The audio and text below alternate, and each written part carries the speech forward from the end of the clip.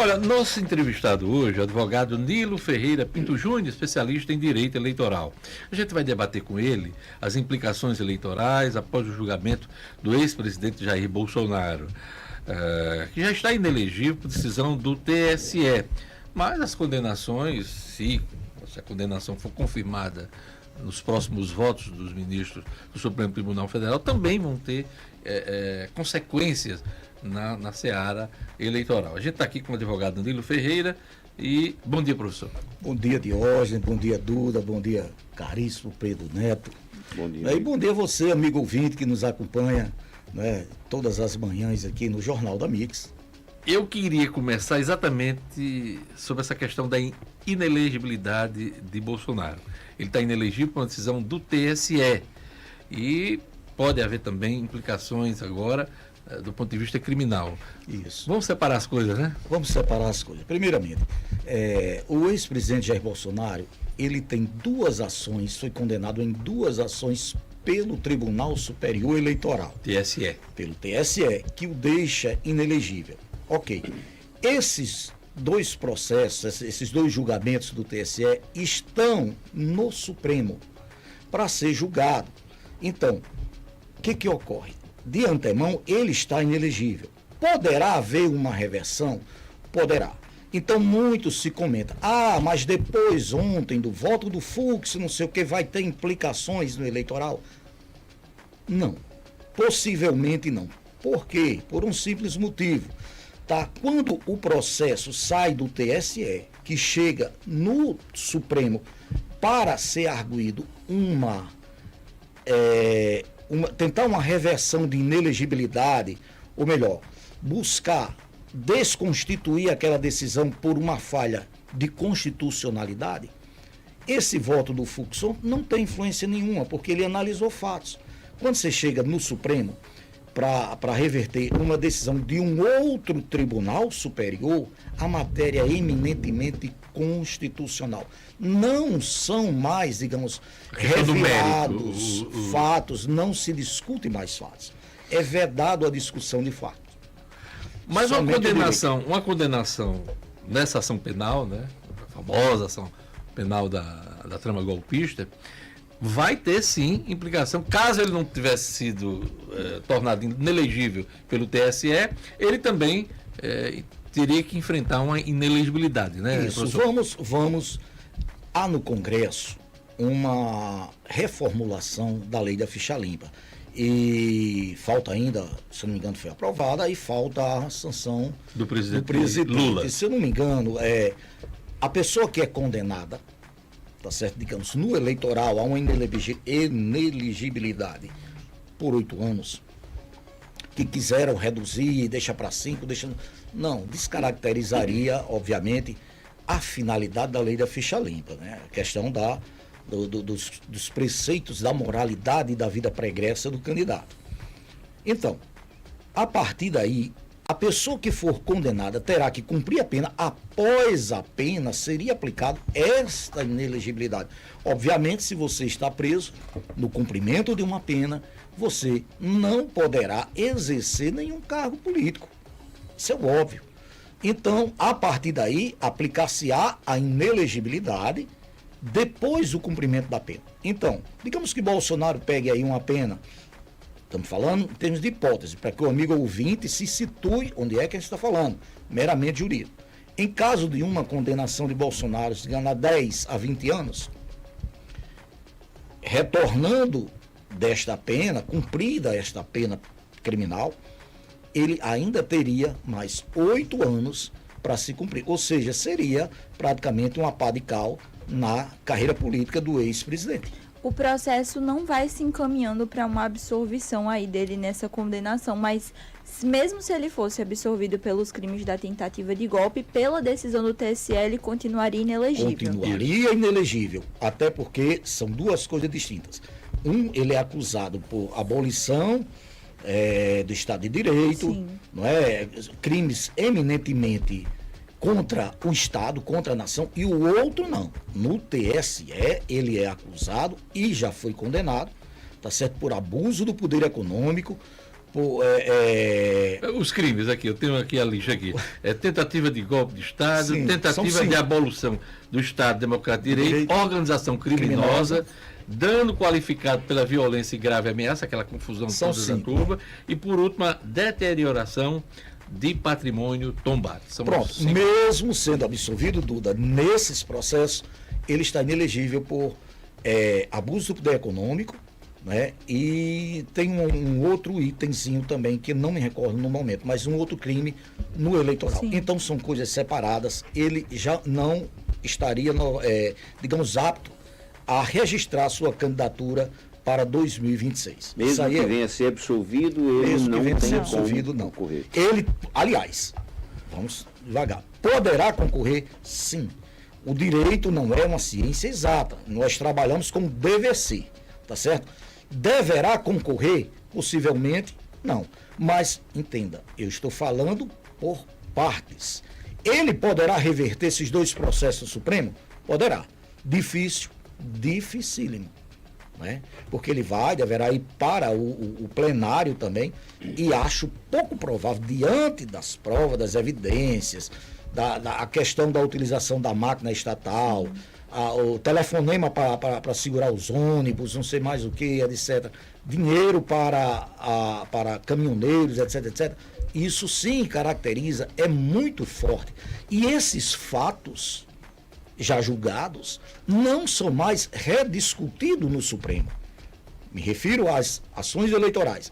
O que vai ser discutido no Supremo tem algum vício de inconstitucionalidade nesses processos? Algo poderá reverter isso para anular os processos? Os processos do TSE, diante das provas. Uma coisa de hoje, Duda, amigo ouvinte e meu colega Pedro Neto, é você discutir uma prova testemunhal. Traga aqui a testemunha, você viu ou não viu. Outra coisa é quando você enfrenta provas documentais. Sim. Então, essas provas do TSE são documentos, entendendo, que foi destinado certa parte do dinheiro de campanha, ou de campanha pode até ser usado, mas do próprio governo, o uso da máquina foi destinado através de ofícios, é um comando que se dá para que algum servidor atue de tal forma. Isso tudo está registrado. Isso está registrado. Então você não tem como, digamos, amenizar nesse ponto fático. É isso que eu esclareço. Ô Nilo, antes de você chegar, eu citava aqui que não me surpreendeu de forma nenhuma o voto do Fux. O Fux é um cara que você não... Ah, não, que surpresa. Não, nenhuma, para mim, no meu entendimento, nenhuma surpresa. Mas vamos lá. Só que a oposição comemorou isso assim, de forma, eu digo até teatral, proposital.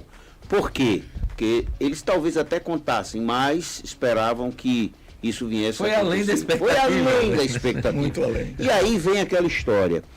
O que é que eles querem agora? Com este voto, talvez seja o único, porque Carmen Lúcia e o Zanin possivelmente devam endossar o que foi feito, o que foi dito, né, pelo Alexandre e pelo Dino.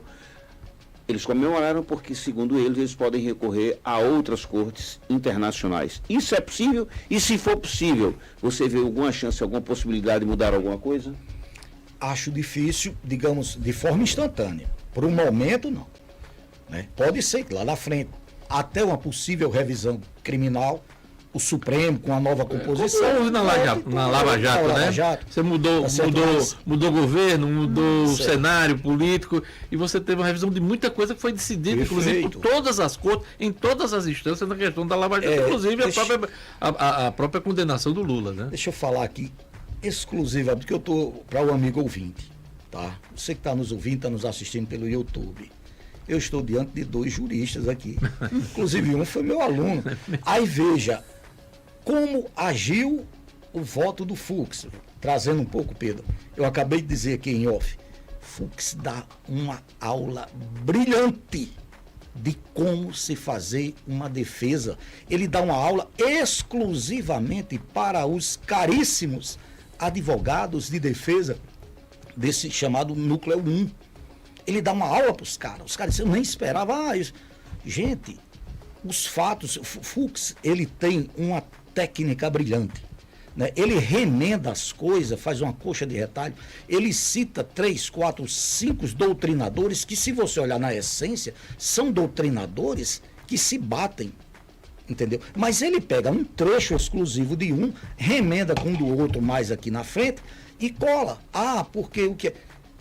Onde é que fica? Tá certo? Quando, se não me engano, do Paulo Sérgio, advogado, que ele diz, olha, o meu cliente tentou demover. Paulo seja, Sérgio, general Paulo Sérgio. Né, ele diz isso. A Carmelúcia Carmelúcia pega o diz, gancho mas disso. demover o quê? Diz, a ideia do Sim. presidente Jair Bolsonaro de seguir com o golpe. O pior é que ele tentou ainda dizer algo, mas ela falou satisfeita. Matou o cara. Gente, pelo amor de Deus, não só foi uma simples cogitação. A reunião não é uma reunião minha com Pedro, com Duda, com Diógenes. Era uma reunião com o comando das Forças Armadas. Pois não, Nilo, Duda? como você vê o fato dele condenar as ações do Braga Neto, do Mauro Cid, mas absolver o Na Bolsonaro? verdade, ele Contra condenou em apenas um dos crimes, que foi a dos crimes. Exatamente. tentativa de abolição do Estado Democrático de Direito. Foram os Exato. únicos condenados. Os demais, ele livrou todo mundo, absolveu todo mundo. Pedro, não entra na minha cabeça, estou falando como jurista, tá certo, que um ajudante de ordens tenha, tá certo, criado todas essas De ideias. moto próprio, O nome já diz, é um ajudante de ordem. Sem passar Pelo amor de comandante. Deus. Olha, Ele estava sob as ordens. É óbvio, eu vou fazer só uma pequena dinâmica aqui. Nós estamos em que mês? Setembro. Setembro. Domingo passado, que dia foi? 7 de 7 setembro. de setembro. E eu lhe pergunto, quantos anos tem o Estado brasileiro? O Estado brasileiro, você quer contar da República, né? Ou quer desde a monarquia? Não, quantos anos tem o Estado brasileiro? Acho que é o tempo da nossa República, né? O tempo da nossa Nossa República, não é República. isso, Pedro? De Imagina 89 para cá. De Pois 89 é. para cá. Está constituindo É. pra cá.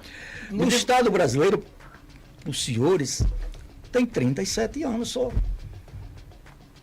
É um menino. Por conta da redemocratização. É a Constituição que cria 88. o Estado brasileiro. Tá certo? Porque tivemos outras Você está constituições, ouvindo? né? E olha, amigo ouvinte, eu estou com 2 advogados. Então essa foi a retórica usada pelo Fux. Ele diz, olha, é apenas a cogitatio, uma citação em latim, etc. e tal, mas cogitação na convicção dele. Provas. Não, mas só foi uma reunião, só participou de 2 reuniões. Em uma reunião, você define um golpe, não é quantitativo. Agora, É Nilo, vem cá. qualitativo. O que você está citando é bem interessante Então, isso. só Pois não, pois não. concluindo para o amigo ouvinte, né? O que eu pratiquei aqui com eles, eu induzi, tá certo, a levar que o Estado brasileiro era lá desde Dom Pedro I. Ou da monarquia, no caso da monarquia e etc. da Não. proclamação da República para cá, O tal. Estado brasileiro é a partir da sua Constituição. É a Constituição que define 3 poderes, regime republicano, né, Congresso bicameral, etc, etc. Só isso. Então, isso foi uma jogada retórica, que eu estou dando um exemplo aqui, como advogado, isso é muito comum, né, entre a gente que atua nos tribunais, simplesmente para mostrar Quando como a gente- talvez o amigo ouvinte tivesse pensado, Quando- lá quando do a Dom gente- Pedro I, não é. Quando a gente vai estudar direito, uma das primeiras matérias que a gente se depara é hermenêutica. Hermenêutica é a interpretação dos textos, né? Isso. A interpretação das leis. Porque o Congresso, por exemplo, aprova uma lei e às vezes a lei ela tem várias interpretações. E aí vem aquela história de entender o espírito da lei, que o legislador, naquele momento que Isso. elaborou e votou, né? E Toda viu uma que- sociologia. a intenção ali, a dele intenção. naquele momento. Então, assim, tudo isso é discutido. Então, no direito você tem todo tipo de interpretação, para um lado ou para o outro. Claro, claro. Vamos lá, pegando um gancho de Deus falando, essa interpretação das leis. Para a oposição, não houve tentativa de golpe, porque não houve o golpe. Mas isso é uma questão política, Mas né? tudo bem, mas eles se pegam nisso, né, Diógenes? E agora tem, entre aspas, um embasamento Não, grande, jurídico grande. com esse Entendeu? voto do Fux. Então, né?